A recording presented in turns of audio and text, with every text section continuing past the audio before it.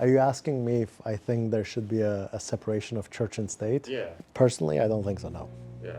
No, I don't think so. Because when you look at it from a biblical aspect, so when you look at it from a church point of view, if you read the Bible, there is a lot that God has in terms of an input towards how a government should be run. So when you study church, biblical perspective, there should be a separation. And then when you look at the government aspect, whether you like it or not, there is an aspect of morality that comes into what kind of government policies should be enacted.